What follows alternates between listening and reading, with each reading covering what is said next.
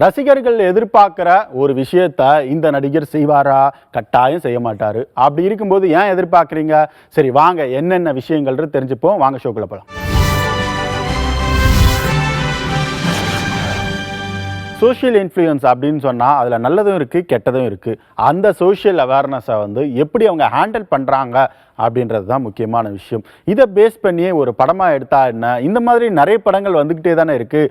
So அந்த வகையில் இப்போ நாம் ஒரு படத்தை பற்றி தான் பார்க்க போகிறோம். சாம் ஆண்டனோட இயக்கத்தில் ஒரு சூப்பரான படம் உருவாகிக்கிட்டு இருக்கு. இந்த படம் பார்த்தீங்கன்னா நம்ம வேல்ஸ் ஐஸ்வரி கணேஷ் அவர்கள் தயாரிக்கிறாங்க. சரி, இதெல்லாம் போக இந்த படத்தில் ஹீரோ யார், அதுதான் முக்கியமான விஷயம். விஜய் சேதுபதியா கிடையாது, அவர்களுடைய மகாராஜா படம் இருக்குல்ல, இந்த படத்தில் வில்லனா மிரட்டியிருப்பார். ஸோ இவர் தான் இந்த படத்தில் ஹீரோ. அவர் யாரு? எஸ், நம்ம அனுராக் காஷ்யப் அவர்கள் தான். ஸோ அவர்கள் இந்த படத்தில் ஹீரோவாக வர்றது ஒரு முக்கியமான விஷயம். இதையும் தாண்டி இந்த படத்தோட சப்ஜெக்ட் தான் ரொம்ப முக்கியம்.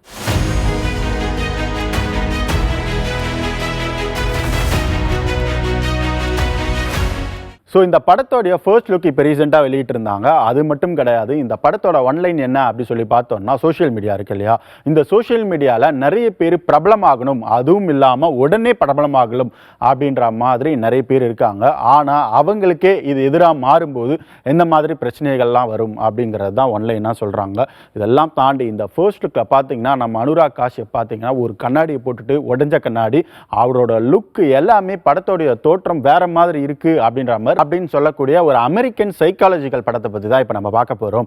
இந்த படம் பார்த்தீங்கன்னா 2009 ஒரு சூப்பரான படமாக வெளியாச்சு.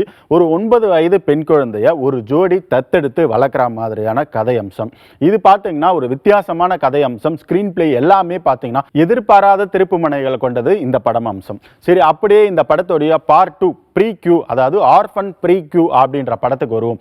இந்த படத்தை பார்த்தீங்கன்னா ஏற்கனவே பாகம் 1 படத்தை எடுத்த ஜவுமி கலெக்சேரா அப்படிங்கிற இயக்குனர் பார்ட் 2 எடுக்கல. இந்த ஆர்ஃபன் ப்ரீக்யூ அப்படின்ற படத்தை பார்த்தீங்கன்னா வில்லியம் பிராண்ட் பெல் அப்படின்ற இயக்குனர் தான் எடுத்திருந்தாரு. இந்த படம் பார்த்தீங்கன்னா 2022 வந்தது. ஆனால் இந்த படத்துடைய 3வது பாகத்தை பற்றி தான் இப்போ நம்ம பார்க்க போகிறோம். வில்லியம் பிராண்ட் பெல் தான் இந்த பார்ட் 3 படத்தையும் இயக்க போறாரு. இந்த படத்துடைய அனௌன்ஸ்மெண்ட் வந்திருக்கு. இந்த பார்ட் 2 சொன்ன ஆர்ஃபன் ஃபர்ஸ்ட் கில் அப்படின்னு சொல்லிட்டு, இந்த ஆர்ஃபன் ஃபர்ஸ்ட் கில்ல பாத்தீங்கன்னா எப்படி எஸ்தர் அப்படின்ற பெண்ணு தப்பிச்சு போறான், அந்த ஐடென்டிட்டியை வச்சு வேற ஒரு குடும்பம் எப்படி உள்ள நுழைறாங்க, இதுக்குள்ள அந்த போலீஸ், அது மாதிரியான கிரைம் த்ரில்லரா அமைஞ்சிருக்கும். ஸோ 30 வருஷத்துக்கு அப்புறம் இந்த பார்ட் 3ல எந்த மாதிரியான கதையம்சம் இருக்கும் அப்படின்னு சொல்லி பார்த்தோம்னா, எஸ்தரோடைய அட்வென்ச்சர் இது சம்பந்தமான ஒரு கதையம்சமா அமைஞ்சிருக்கு.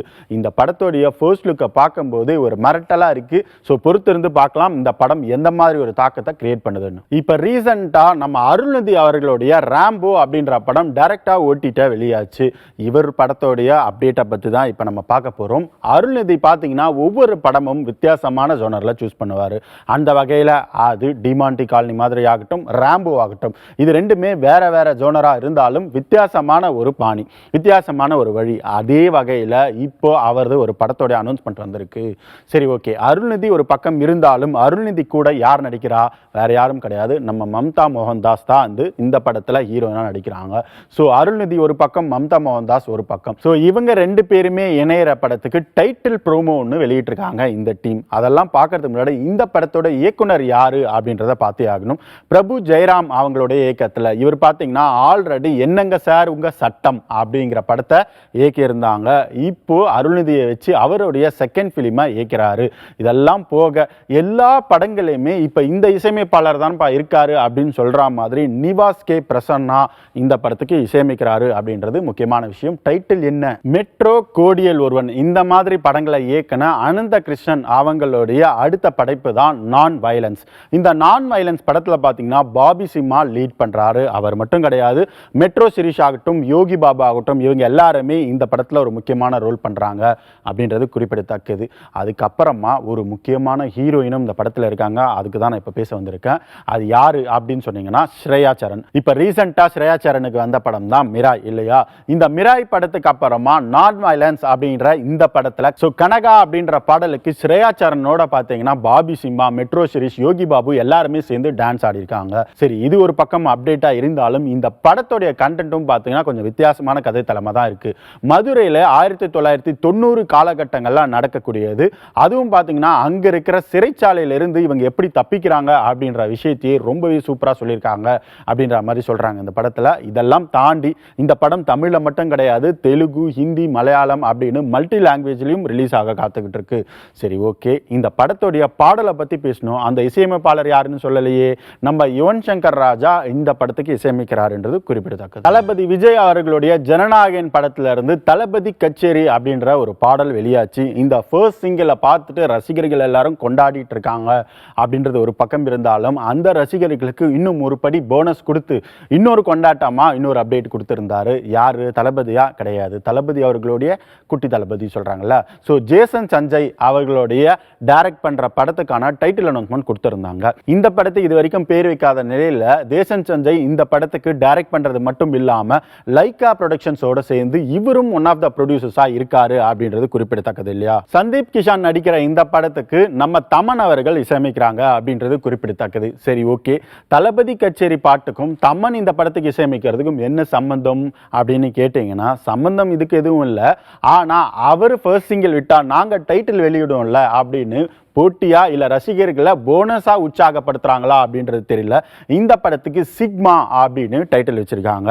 இந்த டைட்டில் ஒரு பக்கம் இருந்தாலும் இந்த டைட்டில் அனௌன்ஸ்மெண்ட்டோட ஒரு போஸ்டரும் வெளியிட்டிருக்காங்க. இதுல பாத்தீங்கன்னா சந்தீப் கிஷன் கோல்டு பிஸ்கெட்டோட சுத்தி டாலர்ஸ், அதாவது முழுக்க முழுக்க பணம், அது மட்டும் இல்லாம யானை தந்தங்கள் அங்கங்க இருக்கா மாதிரியான ஒரு ஃபர்ஸ்ட் லுக்கை வெட்டிருக்காங்க. ஆக இந்த படம் இங்க இருக்க மாதிரி தெரியல, ஏதோ மலேசியா, சிங்கப்பூர், அமெரிக்கா அந்த பக்கம் முழுக்க கதை நகர்ற மாதிரியான ஒரு தோற்றத்தோட தான் இந்த ஃபர்ஸ்ட் லுக் அமைஞ்சிருக்கு. ஸோ தளபதி கச்சேரி அப்படின்ற பாடலுக்கு அப்புறமா ரசிகர்கள் கொண்டாடுறாங்களோ இல்லையோ, ரசிகர்கள் எதிர்பார்க்கறது என்ன அப்படிங்கிறது தான் நம்ம சொல்லணும். ரசிகர்கள் எதிர்பார்க்கறது நீங்க ஒரு பாடலா வெளியிடுறது கிடையாது. ஏன்னா தளபதி விஜய் அவர்களுக்கு இது கடைசி படம் அப்படின்ற அனௌன்ஸ்மெண்ட் கொடுத்திருந்தார் இல்லையா? ஸோ இதுக்கப்புறமா அவர் படம் நடிப்பாரா இல்லையா அப்படின்றது ரசிகர்களுக்கு ஒரு மிகப்பெரிய எதிர்பார்ப்பாகவும் ஒரு சஸ்பென்ஸாகவும் இருக்கு. சரி, அரசியல் களத்துக்கு அப்புறமா மறுபடியும் படம் நடிக்கலாம் நம்ம உலகநாயகன் கமல் மாதிரி அப்படின்ற ஒரு சின்ன எதிர்பார்ப்பும் இருக்கு ரசிகர்களுக்கு. இதெல்லாம் ஒரு பக்கம் இருந்தாலும் சரி, கடைசி படமாவே வச்சுக்குவோம்பா. அப்படி இருக்கும்போது இதுவரைக்கும் தளபதி விஜய் அவர்களுடைய ஆடியோ லான்ச் எல்லாமே வெற்றி அப்படின்னு சொல்லலாம். அந்த வகையில் இந்த கடைசி படம் சொல்லக்கூடிய ஜனநாயகன் படத்திலேயாவது ஒரு ஆடியோ லான்ச் வையுங்க அப்படின்னு ரசிகர்கள் எதிர்பார்க்கும் போது சரி இருக்குமா இல்லையா அப்படின்ற ரீசன் பிரச்சனையை வச்சு நம்ம ஒரு குழப்பத்தில் இருந்தோம்.